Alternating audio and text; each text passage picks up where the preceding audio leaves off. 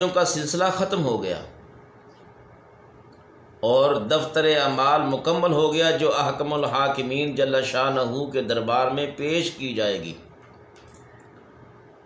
یہ کہہ کر دائیں طرف والا فرشتہ ایک سیاہ رنگ کا صحیفہ اس کے سامنے رکھتا ہے اور پڑھنے کو کہتا ہے، اور اجل رسیدہ یعنی جس کا وقت قریب آ گیا، نزاع کا وقت، اپنی اس قدر برائیوں کو دیکھ کر پریشان ہو جاتا ہے اور اس کے ہوش اڑ جاتے ہیں۔ وہ بدحواس ہو کر ادھر ادھر دائیں بائیں دیکھنے لگتا ہے، پھر کرامن کاتبین اس صحیفے کو اس کے سرہانے رکھ کر غائب ہو جاتے ہیں۔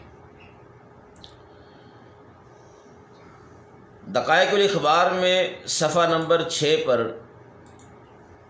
رقم ہے کہ اجل رسیدہ کے سامنے اسی لمحے میں دنیا کا حال ایک بڑھیا کی شکل میں ظاہر ہوتا ہے، یعنی یہ دنیا جو گزاری گئی، جس کو وہ گزارتا رہا اور آج اس کا وقت نزاع آ گیا، یہ دنیا ایک بڑھیا کی شکل میں ظاہر ہوتی ہے اور یوں گویا ہوتی ہے، یعنی کہنا شروع کرتی ہے کہ اے گناہ گار، تجھے اپنے پروردگار سے شرم نہ آئی کہ تو نے میری طلب میں عمر صرف کر دی۔ یہ دنیا بڑھیا کی شکل میں آ کر یہ سوال کرتی ہے کہ اے گناہ گار، تجھے رب کائنات کی سے شرم نہ آئی کہ تو نے میری طلب میں عمر صرف کر دی، یعنی اپنی عمر گزار دی صرف دنیا حاصل کرنے کے لیے، اور جائز و ناجائز طریقے اختیار کیے، اللہ تعالیٰ سے بے خوف ہو کر نفسانی خواہشات کے تحت گناہوں میں مشغول رہا، حلال حرام میں تمیز نہیں کی۔ کیا تیرا خیال تھا کہ کبھی نہیں مرے گا؟ دوستان محترم، لمحہ فکریہ یہ ہے کہ یہ سب ہمیں پہلے بتایا جا رہا ہے کہ ہمارے نزاع کے وقت یہ سارے معاملات ہوں گے، تو اس لیے انسان کو کوشش کرنی چاہیے کہ اپنے اعمال اچھے کرے۔ اور یہ کہتی ہے، آج میں تجھ سے اور تیرے برے اعمال سے بیزار ہوں، تو مجھے ناجائز طور پر کماتا رہا، خود خرچ کیا، نہ فقراء مساکین میں تقسیم کر سکا، یعنی اس نے دنیا تو بڑی کمائی لیکن نہ خود خرچ کی، نہ غرباء کو مساکین کو تقسیم کیا۔ دیکھ، آج میں تیرے دشمنوں کے قبضے میں ہوں،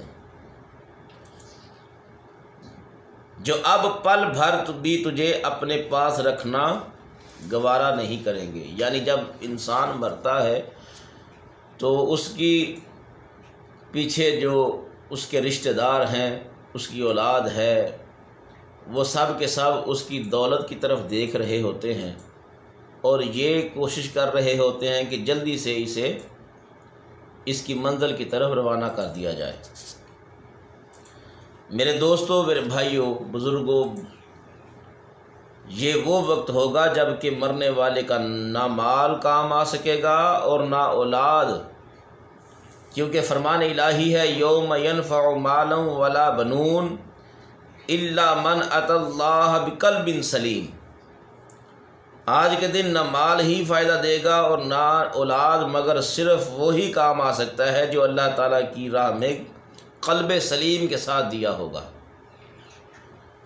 اور یہ اجل رسیدہ جس کا نزاع کا وقت ہے عرض کرے گا، اے میرے پروردگار، مجھے واپس دنیا میں بھیج دے تاکہ جو کچھ میں چھوڑ آیا ہوں اس میں بھلائی کروں اور بھلائی کماؤں۔ لیکن جواب ملے گا کہ ہرگز نہیں، اب واپس ہونے کی کوئی صورت نہیں ہے۔ کیا دنیا میں تجھے یہ نہیں کہا گیا تھا، اور ہمارے دیے میں سے کچھ ہماری راہ میں خرچ کرو؟ یہ قرآن کریم ہے، 29واں پارہ ہے، سورہ منافقون کا ترجمہ عرض کر رہا ہوں۔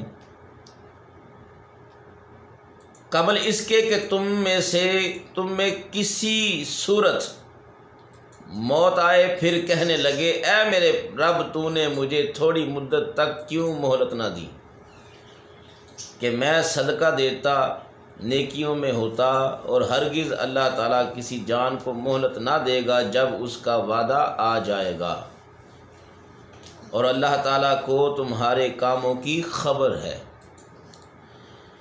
دوستان محترم، اس لیے رب کائنات نے فرمایا اذا جاء اجلہم لا یستاخرون ساعۃ ولا یستقدمون، فرمایا جب وعدہ آئے گا تو ایک گھڑی آگے ہوگی نہ پیچھے۔ دوستان محترم، شیطان انسان کا ازل سے دشمن ہے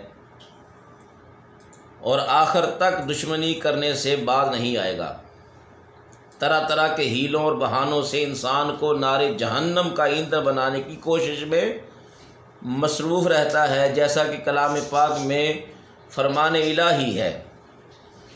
اللہ نے فرمایا بے شک شیطان تمہارا دشمن ہے، تم بھی اسے دشمن سمجھو۔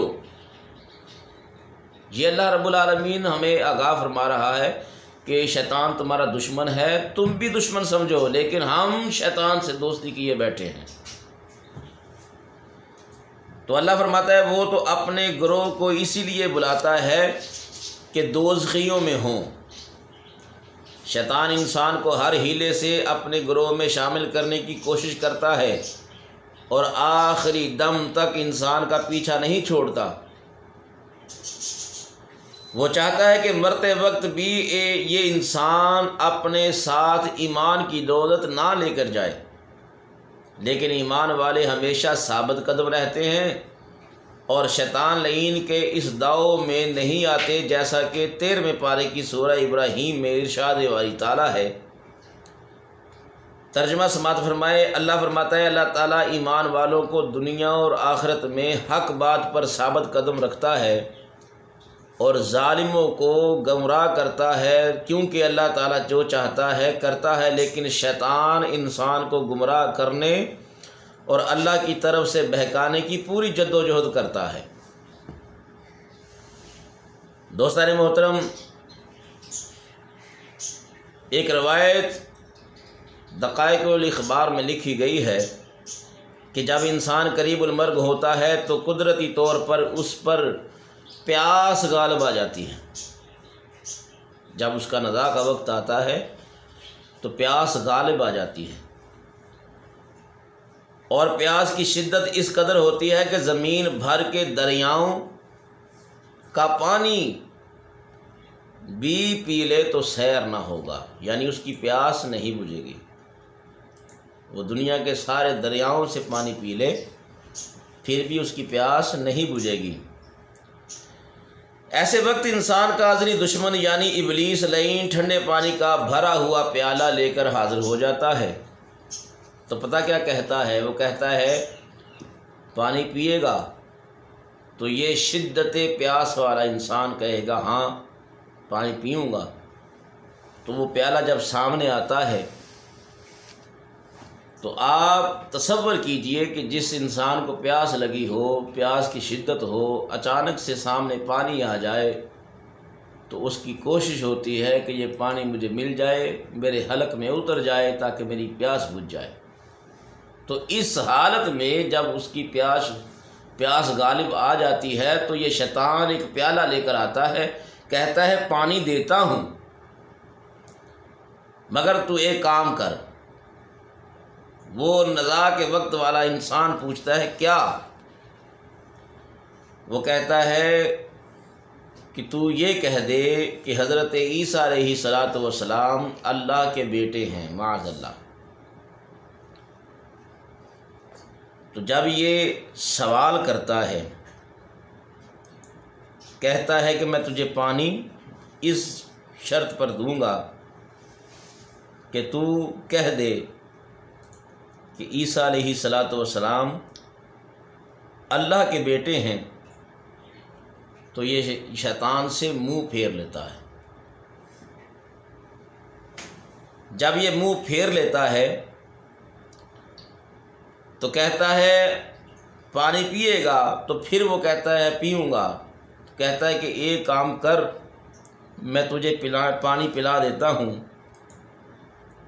وہ کہتا ہے کیا؟ وہ کہتا ہے کہ تو اپنے رسول سے بیزار ہو جا، تو یہ پانی تجھے پلاتا ہوں۔ لیکن انسان مومن اور پختہ ایمان والا